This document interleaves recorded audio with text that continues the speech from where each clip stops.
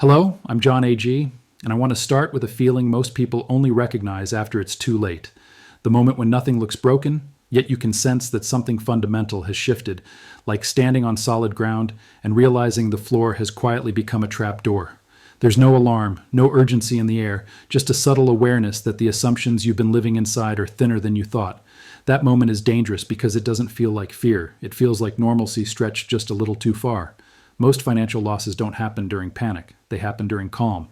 They happen when systems still look orderly, when markets are open, prices are posted, and statements arrive on schedule. That's when people convince themselves they have time. Time to wait for confirmation, time to see how things develop, time to let professionals handle it, and by the time the danger becomes obvious, the choices that mattered are already gone. This is how disorientation works in modern markets. You're taught to watch volatility, to react to movement, to treat danger as something loud and dramatic. But the most consequential risks don't announce themselves with motion. They show up as deadlines disguised as routine, a settlement date, a contract expiration, a Friday that looks exactly like every other Friday until it quietly isn't. When systems fail this way, they don't collapse outward, they fold inward. There's a comforting belief that if something truly serious were about to happen, you'd hear about it clearly. That it would be discussed openly, debated on television, explained by experts with charts and warnings. But that belief misunderstands incentives. No system warns you before it protects itself. Warnings come afterward, rewritten as explanations. Before that, silence is the feature, not the flaw. This leads directly into the false comfort trap. The idea that if an asset tracks the price of something real, it must be equivalent to owning that thing. Paper silver feels like silver because the numbers move together. Futures contracts feel solid because they're regulated, standardized, familiar. Unallocated accounts feel safe because large institutions sit behind them. All of this creates an illusion of sameness, as if exposure and ownership are interchangeable concepts. They aren't, but the difference only matters when delivery is tested. Here's the first real mechanism that cuts through the noise. A fractional reserve market can only function if most participants never ask for the underlying asset. It doesn't matter whether that asset is silver, cash, or confidence itself. The structure relies on abstraction. Claims multiply because they're cheap to create. Physical supply doesn't, because it's constrained by reality. As long as claims stay theoretical, the imbalance remains invisible. But once delivery demand rises beyond a narrow threshold, the math stops being flexible. What's unsettling right now isn't that this imbalance exists, it's that behavior around it has changed. Demand is no longer symbolic. It's no longer driven by small buyers reacting to stories. It's driven by entities that treat materials as inputs, not investments. When large buyers notice a widening gap between paper prices and physical prices across different regions, they don't debate narratives. They exploit discrepancies. And when the cheapest way to acquire metal is through a futures exchange, that exchange becomes a pipeline, not a price discovery mechanism. This is where the delayed risk begins to surface quietly. Exchanges are not neutral arbiters when stress appears. They are rule-making institutions with emergency powers designed for precisely these moments. Buried inside agreements and prospectuses are clauses that sound distant and technical until they're activated. Force majeure, extraordinary conditions, alternative settlement. These aren't theoretical. They are pre-written decisions waiting for justification. The mistake most people make is assuming these mechanisms exist to protect them. In reality, they exist to protect continuity. They allow the system to survive by redefining obligations when honoring them all would expose a failure too large to manage. From the system's perspective, this is rational. From the participant's perspective, it feels like discovering that ownership was conditional all along, subject to reinterpretation at the worst possible time. History doesn't help here in the way people expect. Market failures are rarely cinematic. They don't begin with prices exploding upward. They begin with pauses, with halts, with statements about orderly conditions and temporary measures. The real repricing happens elsewhere, in physical markets where there is no obligation to transact. Sellers don't need to raise prices immediately. They can simply withdraw, and when supply withdraws, price becomes irrelevant until urgency returns. This creates a split reality that confuses people. On one side, official prices remain visible, frozen, or stabilized. On the other, physical availability disappears. Dealers go quiet. Inventory becomes conditional. Transactions shift from screens to conversations. This isn't chaos. It's a market adapting to scarcity by refusing to clear at artificial levels. Scarcity doesn't negotiate politely. Second-order effects follow quickly. Industrial users can't rely on instruments that settle in cash when they need material. Hedging becomes meaningless if delivery isn't guaranteed, so demand bypasses traditional channels. Producers respond logically. Why sell into a system that caps upside and socializes risk when direct buyers value certainty? This feedback loop tightens supply further, not because demand explodes, but because access narrows. Meanwhile, paper holders experience a different shock, not an immediate loss, but immobilization. Positions are frozen, converted, repriced. By the time access returns, the environment has changed. The opportunity wasn't missed because of a bad call. It was missed because participation ended before the move began. You're paid, but you're excluded. And exclusion during transitions is often more damaging than loss. The midpoint realization is uncomfortable. Risk is not evenly distributed. Those closest to the physical asset gain flexibility. Those holding claims lose it. This isn't a moral judgment, it's an incentive structure. When preserving the system conflicts with honoring every promise, the system chooses itself. It always has. So the practical reframe isn't about prediction, it's about structure. Instead of asking whether a price will rise, ask whether your claim survives a rule change. Instead of asking whether an asset is liquid today, ask who controls that liquidity tomorrow. Markets can stretch longer than expected, but they cannot remain overpromised forever. When that tension resolves, it does so quietly, often on a day that looked ordinary until the close. And as this part ends, the question to sit with isn't what will happen next, but what you believe you own right now, and whether that belief depends on rules you don't control. If ownership can be redefined at the moment it matters most, how many other assumptions are you carrying simply because they've never been tested at the same time? Once you accept that ownership can be conditional, the entire picture shifts. Markets stop looking like neutral mechanisms and start looking like negotiated spaces where power matters more than price. This is where most people hesitate, because it's uncomfortable to admit that participation does not guarantee priority. We're taught that contracts are firm, that rules are fixed, that fairness is embedded in the system itself. But in moments of stress, rules are not anchors. They are tools. What actually changes first is not price, but behavior. The most important signals never show up on charts. They show up in who is trying to leave quietly. When insiders begin reallocating exposure, when obligations are reshuffled instead of rolled, when settlement mechanisms suddenly matter more than forecasts, that's not noise. That's preparation. Systems don't warn participants when they're about to protect themselves. They reposition internally and let outcomes speak later. This is why certain flows matter far more than headlines. Exchange for physical activity, offshore transfers, quiet conversions of one form of exposure into another. To the casual observer, these look technical, even boring. To anyone paying attention, they look like evacuation routes. They exist for one purpose, to move risk away from a specific failure point before that failure becomes public. Institutions don't do this out of panic. They do it because their models have already told them what happens if they wait. Meanwhile, the surface of the market remains calm. Prices still print.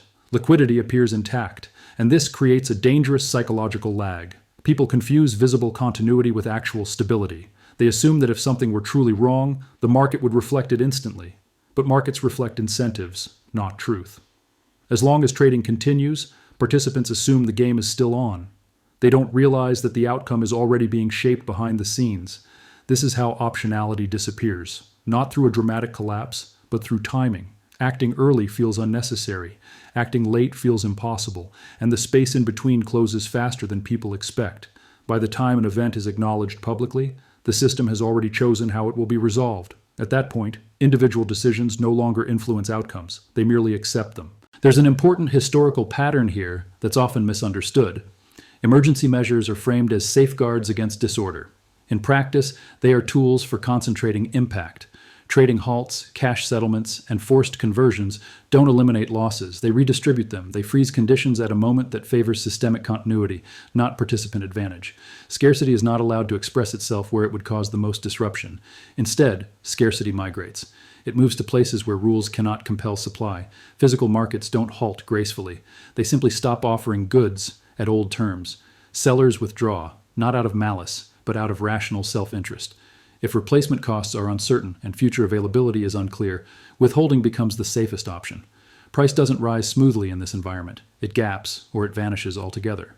This creates a bifurcated reality that confuses people who rely on screens. One price exists officially frozen or stabilized. Another exists unofficially, discovered through availability rather than quotes. Both are real within their own context, but only one resolves actual need. This is why industrial buyers behave differently from financial participants. They don't care about settlement prices. They care about inputs. If paper instruments can no longer guarantee delivery, those instruments cease to be useful. Second-order effects compound quickly from here. Producers begin questioning why they should deliver into a system that limits upside while exposing them to downside risk. If the exchange no longer represents true price discovery, it becomes a liability rather than a marketplace. Direct negotiation becomes more attractive. Long-term contracts replace spot sales. Relationships matter more than benchmarks. This doesn't require a conspiracy. It requires incentives, doing what incentives always do. For holders of paper claims, the experience is different and more disorienting. Loss doesn't arrive as a crash. It arrives as a pause. Assets are halted, repriced, or converted. Statements update with new numbers that technically fulfill contractual obligations while violating expectations. You are made whole on paper and sidelined in reality. The move you anticipated happens elsewhere, without you. This is the psychological shock people rarely anticipate. Being wrong is one thing. Being right but excluded is another. You didn't misread supply and demand. You misread structure. You assumed that exposure guaranteed participation. You assumed that if you were patient, the system would eventually reflect reality in a way you could benefit from. But patience only works when rules remain static. When rules change, patience becomes passivity. The midpoint realization is this: risk is not symmetrical. Those closest to the physical asset gain flexibility when stress appears. They can choose whether to sell, when to sell, and to whom. Those holding claims lose flexibility precisely when they need it most. This isn't unfair, it's mechanical. Systems prioritize their own survival. Participants absorb the adjustment. This understanding forces a mental reframe that has nothing to do with fear or urgency. It's about categorization. Instead of grouping assets by ticker, group them by dependency. What requires uninterrupted market function to work? What requires trust in intermediaries? What survives a halt, a rule change, or a weekend of silence? These questions don't predict outcomes, they clarify vulnerability. Liquidity, in this context, becomes a misleading concept. An asset can be liquid right up until the moment it isn't. And the moment it isn't is rarely announced in advance. Liquidity is a privilege granted by functioning systems, not a property of the asset itself. When systems are stressed, liquidity is rationed, not shared. It flows toward those who can wait and away from those who must act. This is why waiting for confirmation is so dangerous. Confirmation usually arrives as closure. By the time an event is acknowledged, the window for discretionary action has closed. The market hasn't paused to ask what you think. It has already adapted. An adaptation favors those who anticipated constraint, not those who reacted to it. None of this requires believing in a single outcome or a single timeline. It requires recognizing a symmetry when it appears. Paper instruments are efficient in stable environments because they trade certainty for convenience. Physical control is inefficient until certainty becomes scarce. Then inefficiency turns into resilience. As this part ends, the tension should feel unresolved, because it is. The system hasn't broken yet. Prices may still look normal, but behavior has already changed.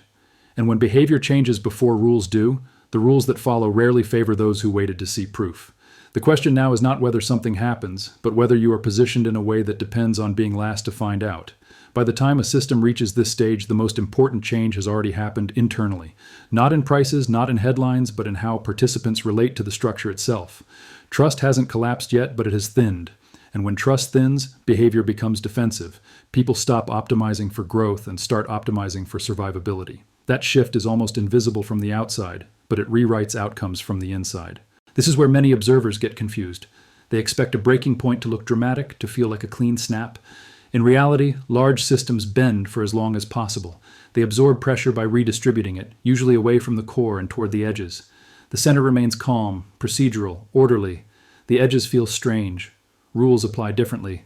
Access becomes conditional. Time frames stretch. And slowly, the meaning of participation changes. What's happening beneath the surface is a repricing of certainty. Not of assets, but of outcomes. When delivery is assumed, certainty is cheap. When delivery becomes questionable, certainty becomes scarce. And scarcity attracts value faster than any narrative ever could. This is why control matters more than exposure during transitions. Control allows you to wait. Exposure forces you to accept terms. One of the least discussed aspects of these moments is how quickly normalization follows disruption. Once an emergency measure is implemented, once contracts are settled or converted, the system moves on.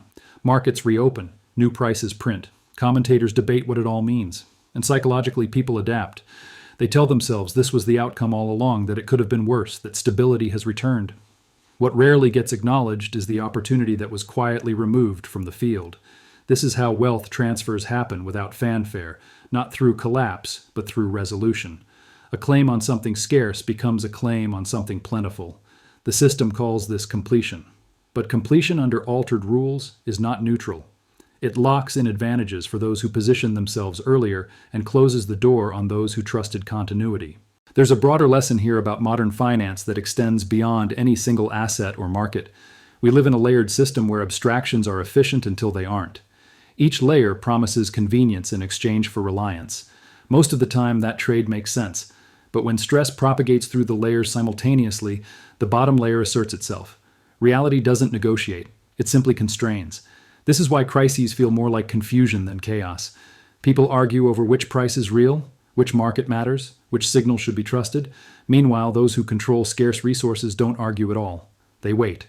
Waiting is a privilege that only control affords. Everyone else is forced into decisions framed as fairness but driven by necessity. There's also a human tendency that makes these moments harder to navigate. We anchor to what we're familiar with. We assume tomorrow will resemble yesterday unless proven otherwise.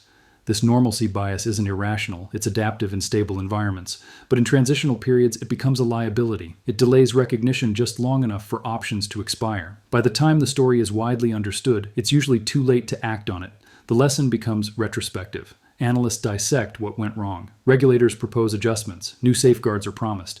And yet, the core dynamic remains unchanged. Systems are built to preserve themselves. Participants bear the cost of preservation when limits are reached. This doesn't mean the system is evil or malicious. It means it follows incentives. And incentives favor continuity over fairness, stability over transparency, and order over individual outcomes. Understanding this isn't about cynicism, it's about realism. Once you see it, you stop expecting the system to prioritize your position simply because it exists. The practical reframe that emerges from this understanding is quiet but powerful. You stop thinking in terms of returns and start thinking in terms of dependencies. You ask which assets require uninterrupted trust in intermediaries. You ask which ones survive a halt, a rewrite, a weekend of silence.